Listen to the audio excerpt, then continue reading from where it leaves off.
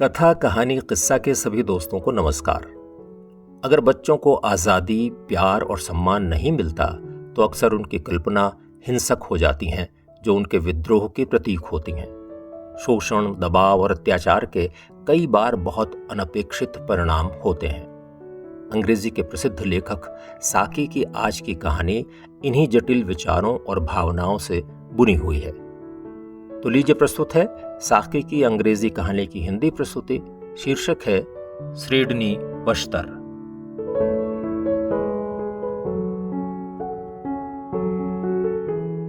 कॉनरेडिन की उम्र 10 साल की थी। उसकी जांच करने के बाद डॉक्टर ने कह दिया था कि वो शायद ही अगले 5 साल तक जिंदा रह पाएगा। मिसेस डी रॉप कॉनरेडिन की चचेरी बहन थीं और अभिभावक भी। उसके बारे में सभी निर्णय मिसेस रॉप के ही होते थे। कॉनरेडिन का मानना था कि उसके जीवन की आधी से ज्यादा चीजें मिसेस रॉप के ही नियंत्रण में थीं। यही सब बातें उसे बिल्कुल पसंद नहीं थीं। जिन बातों को वो पसंद करता था वो उसके अंदर उसकी कल्पनाओं में थीं। उसे ऐसा महसूस होता था कि वो जल्दी ही वास्तविक दुनिया की दम घोंटू और उबाऊ जिंदगी से हार जाएगा। कॉनरेडिन को पता नहीं क्यों ऐसा भी लगता था कि जीवन के लिए जिन बातों को आवश्यक कहा जाता है वो उसकी अंतरात्मा को कुचल रही थीं। अगर उसके अंदर उसकी कल्पना जीवित न होती तो वो कब का खत्म हो चुका होता। मिसेस रॉप ने कभी भी इस बात को स्वीकार नहीं किया था कि वो कॉनरेडिन को नापसंद करती हैं।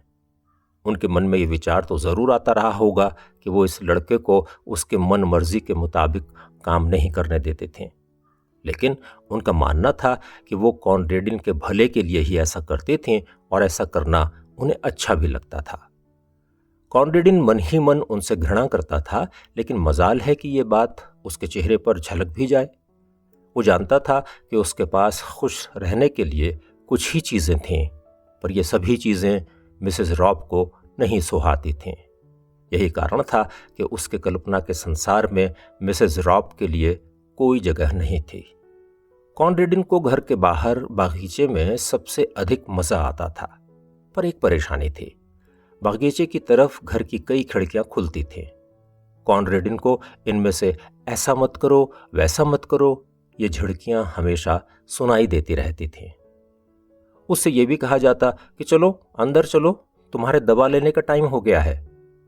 बागीचे में फल के जो पेड़ लगे हुए थे उन तक पहुंचने के लिए उसे मना किया गया था।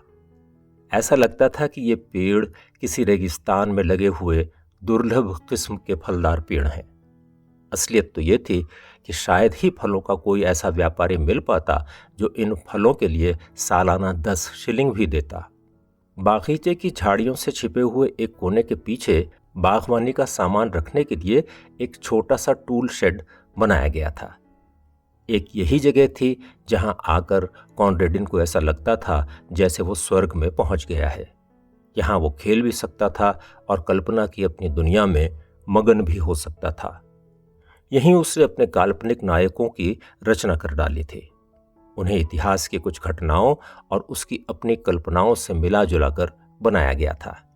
लेकिन इस कमरे में उसके अलावा 2 जीवित चीजें और थीं। एक कोने में कमजोर सी दीनहीन दिखने वाली मुर्गी थी, जिस पर कोई भी अकेला उदास लड़का अपना प्यार लुटा सकता था। दूसरी तरफ अंधेरे में एक बड़ा सा पिंजरा खड़ा था, जिसके अंदर 2 हिस्से थे। इसके सामने वाले हिस्से में लोहे की पतली सलाखें लगी हुई थीं। यह पिंजरा एक बड़े से जंगली नेवले यानी फेरेट का था। यह फेरेट कॉनरेडिन को उसके एक दोस्त ने दिया था जो कसाई का बेटा था। उसी ने पिंजरा भी दिया था। बदले में उसे चांदी का एक छोटा सिक्का मिला था। कॉनरेडिन लंबे नाखूनों और खतरनाक दांत वाले इस फेरेट से बहुत डरता था, लेकिन यह उसके छोटे से खजाने का अनमोल रतन था। इस जानवर की उपस्थिति ही इस कमरे को रहस्य से भर देती थी। कॉनरेडिन को उसे देखकर डर और खुशी की मिलीजुली अनुभूति होती। वो खासतौर पर फेरेट को उस महिला से दूर रखना चाहता था जिसे वो अपनी चचेरी बहन कहता था। फिर एक दिन अचानक भगवान जाने कहां से उसके दिमाग में इस जानवर के लिए एक अद्भुत नाम पैदा हुआ। बस इसी क्षण से कॉनरेडिन इस जानवर को अपने देवता और धर्म की तरह देखने लगा। उसकी चचेरी बहन उसे पास के ही एक चर्च में हफ्ते में एक बार ले जाती थी। कॉन्रेडिन को लगता था कि चर्च जाना फिजूल का काम है। हर गुरुवार को वो औजारों वाले शेड के सन्नाटे में अपने देवता की रहस्यमयी आराधना पूरे अनुष्ठान के साथ करता था। लकड़ी के पिंजरे में विराजमान उसका देवता, जो बड़े आकार का नेवला था, उसे कॉन्रेडिन ने नाम दिया था स्रेडनी वश्तर। इस देवता को मौसम के अनुसार लाल फूल और बैंगनी रस भरी चढ़ाई जाती थी। ये चढ़ावा कॉन्रेडिन के मन में पल रही भावनाओं के अनुरूप था। वो अपने देवता में उग्र और प्रचंड बल के साथ आक्रामक व्यवहार के दर्शन करता था। ये मिसेस रॉब के धर्म के एकदम विपरीत था। कुछ विशेष अवसरों पर कॉन्रेडिन अपने इस पवित्र धर्म स्थल के सामने जायफल का पाउडर फैला देता था। खास बात यह थी कि ये पाउडर चोरी किए हुए जायफलों से तैयार होना चाहिए था। पुण्य लाभ के लिए ये आवश्यक शर्त थी। इस तरह की पूजा अर्चना विशेष अवसरों पर की जाती थी और ये अवसर कभी भी आ सकते थे। एक ऐसा ही मौका तब आया जब मिसेस रॉब के दांतों में तेज दर्द हो गया। 3 दिनों तक वो दर्द से बिलबिलाती रहीं। कॉन्रेडिन इन 3 दिन पूरी भक्ति भाव से पूजा अर्चना में जुटा रहा। उसने अपने आप को इस बात पर पूरा यकीन दिलाकर ही छोड़ा कि मैडम की दांत का दर्द उसके देवता स्रेडनी वश्तर के शाप के कारण ही हुआ था। अगर मिसेस रॉब का दर्द एक दिन और चलता तो कॉन्रेडिन के सामने समस्या खड़ी हो जाती। इन 3 दिनों में ही जायफल समाप्त हो गए थे और इन्हें रसोई घर से ही प्राप्त किया जा सकता था। मुर्गी को स्रेडनी वश्तर नाम के इस संप्रदाय में शामिल नहीं किया गया था। कॉन्रेडिन बहुत पहले ही ये मान चुका था कि मुर्गी ईसाई धर्म की एना बैप्टिस्ट है। कॉन्रेडिन को इस बात का कोई भी ज्ञान नहीं था कि एना बैप्टिस्ट का क्या मतलब होता है, लेकिन उसकी यह धारणा थी कि यह कोई सम्मानजनक धर्म नहीं था। किसी भी चीज का आदर सम्मान करने की उसकी कसौटी ये थी कि मिसेस रॉब के उस चीज के संबंध में क्या विचार थे। कॉन्रेडिन की टूल शेड में खास रुचि को कुछ समय बाद मिसेस रॉब ने महसूस किया। उन्होंने मन ही मन निर्णय लिया, कॉन्रेडिन के लिए हर समय उस कमरे में जाना सेहत की दृष्टि से उचित नहीं है। उन्होंने नाश्ता करते समय उसे बताया कि मुर्गी को बेच दिया गया है और कल रात ही उसे कोई ले गया। अपनी कुटिल निगाहों से उन्होंने कॉन्रेडिन को देखा। उन्हें इंतजार था कि उनकी इस घोषणा के बाद उन्हें गंभीर दुख और गुस्सा दिखाई देगा। वो सोचे बैठी थीं कि अगर कॉन्रेडिन ने इस तरह का व्यवहार किया तो वो उसे अच्छी डांट पिलाएंगी और उपदेश देंगी, लेकिन कॉन्रेडिन ने उनकी उम्मीद के खिलाफ कुछ भी नहीं कहा। कहने के लिए कुछ था भी नहीं। उसके सफेद चेहरे पर उनको कुछ ऐसा दिखाई दिया जिसे देखकर वो संशय में पड़ गईं। दोपहर बाद चाय पीते समय मेज पर चाय के साथ टोस्ट रखे थे। कॉन्रेडिन को ये टोस्ट बहुत पसंद थे। मिसेस रॉब इस बात को जानती थीं और इसीलिए उन्होंने टोस्ट को कॉन्रेडिन के लिए प्रतिबंधित किया हुआ था। उनका मानना था कि ये उसके स्वास्थ्य के लिए ठीक नहीं थे। उनका यह भी सोचना था कि मध्यम वर्गीय महिलाओं के लिए टोस्ट बनाना इतना आसान काम भी नहीं था, बहुत मेहनत लगती थी। जब मिसेस रॉब ने देखा कि कॉन्रेडिन ने टोस्ट को छुआ तक नहीं तो वो बोली, मुझे लगता था कि तुम्हें टोस्ट अच्छे लगते हैं। कॉन्रेडिन ने कुछ सोचते हुए कहा, हाँ, कभी कभी अच्छे लगते हैं। उस शाम औजार वाले कमरे में देवता की पूजा में एक नया काम हुआ। कॉन्रेडिन आमतौर पर देवता की प्रशंसा में ही प्रार्थना करता था, लेकिन आज उसने हाथ जोड़कर एक वरदान मांग डाला। उसने देवता से कहा, मेहरबानी करके मेरा एक काम कर दें। यह काम क्या था इस बारे में किसी को पता नहीं था। क्योंकि स्रेडनी वश्तर भगवान था, इसलिए उसे इस काम के बारे में पूरी जानकारी थी। शेड के सूने और खाली कोने की तरफ देखते हुए कॉन्रेडिन का गला भर आया। कुछ देर बाद वो चुपचाप उस दुनिया में वापस लौट गया जिसे वो बिल्कुल भी नहीं चाहता था। इसके बाद उसके कमरे में जब रात उतर आती या शाम को जब वो टूल शेड में बैठा होता, कॉन्रेडिन की प्रार्थना शुरू हो जाती। वो अस्पष्ट शब्दों में कहता, स्रेडनी वश्तर, मेहरबानी करके मेरा एक काम कर दो। मिसेस रॉब की समझ में नहीं आ रहा था कि कॉनरेडिन अभी भी टूल शेड में क्यों जा रहा था। एक दिन उन्होंने फिर से शेड का मुआयना करने की सोची। लकड़ी के पिंजरे की तरफ देखते हुए उन्होंने कहा, उस पिंजरे में तुमने क्या रखा हुआ है? लगता है तुमने चूहे पाले हुए हैं। मैं इन सब से छुटकारा पाना चाहती हूं। कॉनरेडिन ने अपने होंठ कसकर बंद कर लिए। मिसेस रॉब ने कॉनरेडिन के कमरे की अच्छी तरह से तलाशी ली और आखिरकार सावधानी से छिपाई गई चाबी उनके हाथ लग ही गई। इसके तुरंत बाद वो औजारों वाले कमरे की तरफ लपकीं। क्योंकि इस दिन ठंड बहुत थी, इसलिए कॉनरेडिन को घर से बाहर निकलने की मनाही थी। वो इस समय डाइनिंग रूम में था। इस कमरे की आखिरी खिड़की से ही झाड़ियों के पीछे छिपा टूल शेड दिखाई पड़ता था। कॉनरेडिन इस खिड़की के पास जाकर खड़ा हो गया। उसने मिसेस रॉब को शेड के अंदर जाते हुए देखा। उसने कल्पना की कि अब उन्होंने दरवाजा खोला होगा और उसके बाद पिंजरे का ताला खोल रही होंगी। अब उन्होंने पिंजरे में अपना हाथ डालकर टटोलना शुरू किया होगा। अपनी कमजोर निगाहों से पिंजरे के अंदर वो पुआल के उस बिस्तर को अब खंगाल रही होंगी जिस पर उनका देवता श्रेडनिविश्तर विराजमान था। अब शायद वो अपने अधीर हाथों से देवता के बिस्तर को ऊपर नीचे कर रही होंगी। इन सब कल्पनाओं के बीच कॉनरेडिन ने आखिरी बार अपनी प्रार्थना पूरी लगन और तन्मयता से दोहराई। लेकिन अपने मन की गहराइयों में वो समझता था कि उसे अपने देवता पर विश्वास नहीं है।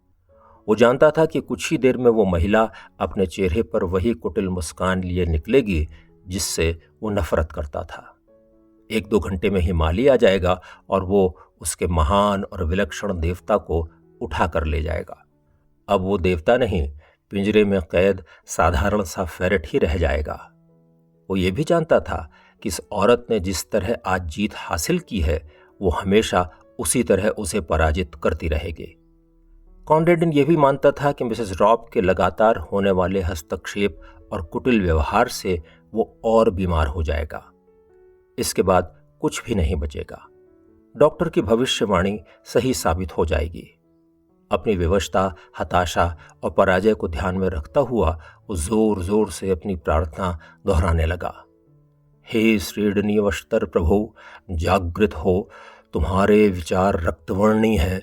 तुम श्वेत दंतधारी हो।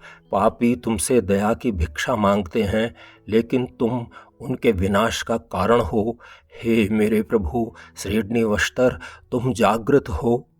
अचानक उसने प्रार्थना करना बंद कर दिया और वो खिड़की पर लगे शीशे के और पास आकर बाहर की तरफ देखने लगा। औजार वाले शेड का दरवाजा अभी तक खुला हुआ था। समय निकलता जा रहा था। एक एक मिनट लंबा लग रहा था। लॉन में उसे इधर उधर फुदकती और उड़ती हुई काली चिड़ियों का एक झुंड भी दिखाई दिया। वो बार बार उन चिड़ियों को गिन रहा था, लेकिन उसकी एक आंख शेड की तरफ जमी हुई थी। तभी चिड़चिड़े चेहरे वाली नौकरानी चाय की मेज सजाने के लिए डाइनिंग रूम में अंदर आई।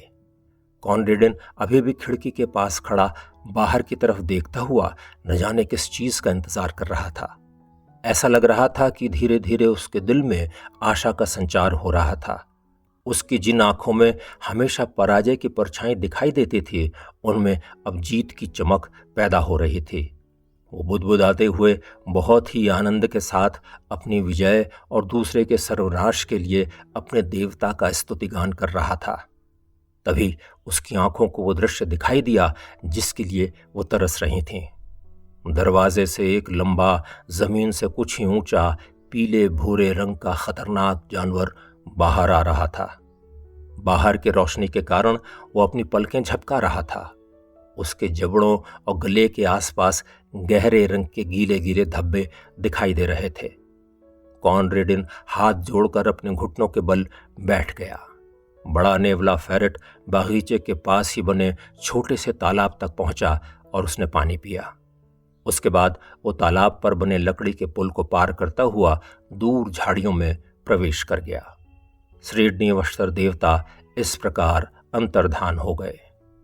चाय तैयार है, चिड़चिड़े चेहरे वाली नौकरानी कह रही थी। मेम साहिबा कहाँ हैं? कॉनरेडिन ने कहा। वो कुछ ही समय पहले नीचे टूल शेड की ओर गई थीं।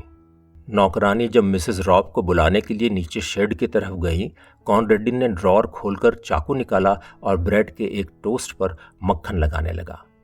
जब वो टोस्ट खा रहा था, उसे डाइनिंग रूम के दरवाजे से बाहर की तरफ से आती हुई आवाजें सुनाई दे रही थीं। नौकरानी जोर जोर से चिल्ला रही थी और रसोई घर से लोगों की डर और आश्चर्य की मिली-जुली आवाजें आ रही थीं। चारों तरफ तेज कदमों से लोग चल रहे थे और अफरा तफरी मची हुई थी। कुछ देर सन्नाटा रहा और फिर किसी के सिसकने की आवाजें आने लगीं। ऐसा लग रहा था कि कुछ लोग कोई भारी सी चीज उठाकर घर के अंदर ला रहे हैं।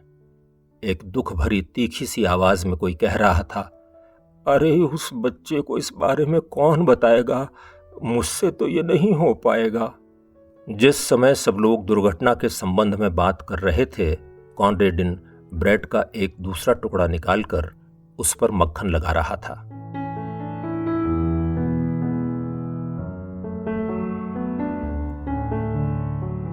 स्रीडनी वश्तर।